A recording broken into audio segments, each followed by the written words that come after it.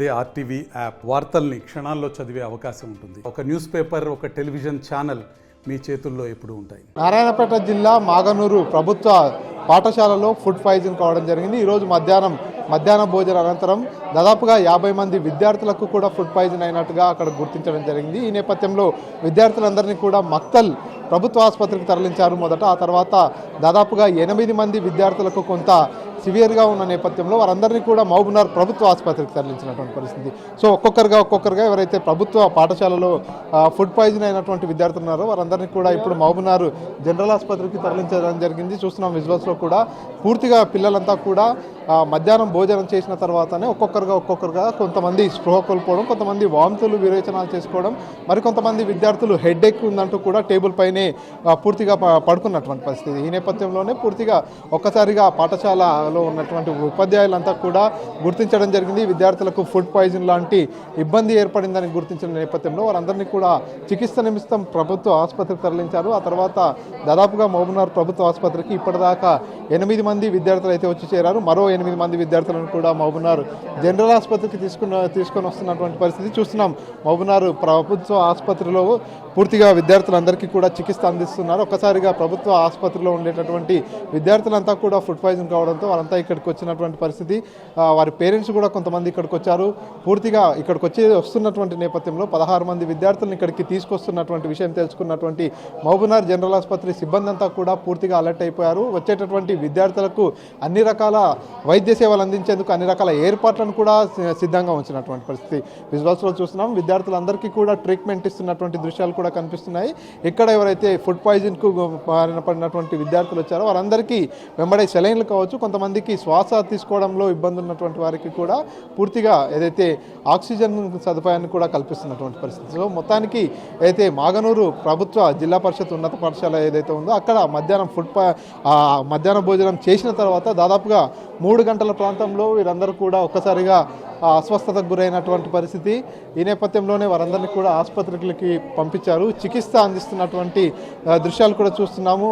Students అంతా కూడా ఇక్కడ ట్రీట్మెంట్ తీసుకుంటున్నారు. ఒకసారి స్టూడెంట్స్తో మాట్లాడించే ప్రయత్నం చేద్దాం. అమ్మా ఏమైందమ్మా?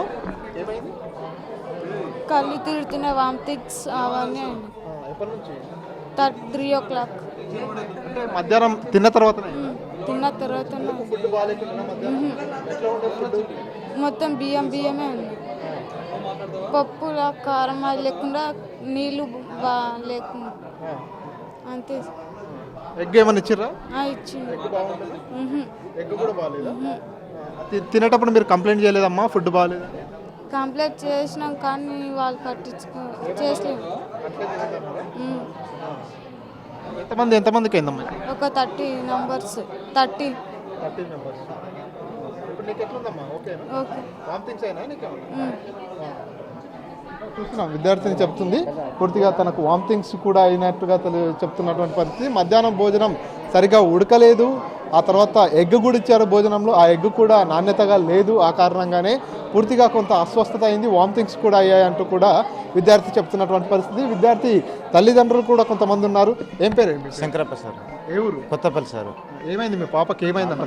నేను చేనకాడ ఉంటుంది సార్ అని చేనకాడ ఉంటే ఇంకా సిస్టర్ వాళ్ళు ఫోన్ చేశారు.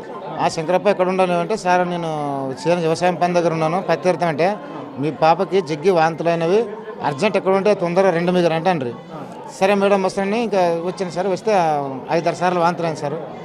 అయిన తర్వాత వచ్చి అడిగితే పాపను అడిగితే ఏమన్నా ఎట్లయింది ఇంతమంది కంటే కొంత నానబాలు పడిన బువ్వ, ఉడకని కోడిగుడ్డు ఇవన్నీ తినడం వల్ల ఇట్లా జరిగింది అని పాప వాళ్ళ పిల్లలంతా. ఇంకా సరే అనికేసి అక్కడ మొక్కలు ట్రీట్మెంట్ తీసుకుంటాము. ఇంకా సరిపోతే ట్రీట్మెంట్ మీరు మహబూబ్నగర్కి వెళ్ళండి అని ఇక్కడ రాస్తారు. ఇక్కడ వచ్చేస్తాం.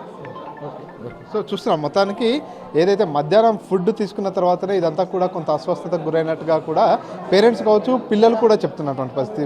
ఉడకని అన్నంతో పాటు ఏదైతే మధ్యాహ్న భోజనంలో ఎగ్స్ పెట్టడం జరిగింది. ఆ ఎగ్స్ కూడా నాణ్యతగా లేని కారణంగానే ఇదంతా జరిగింది అంటున్నారు.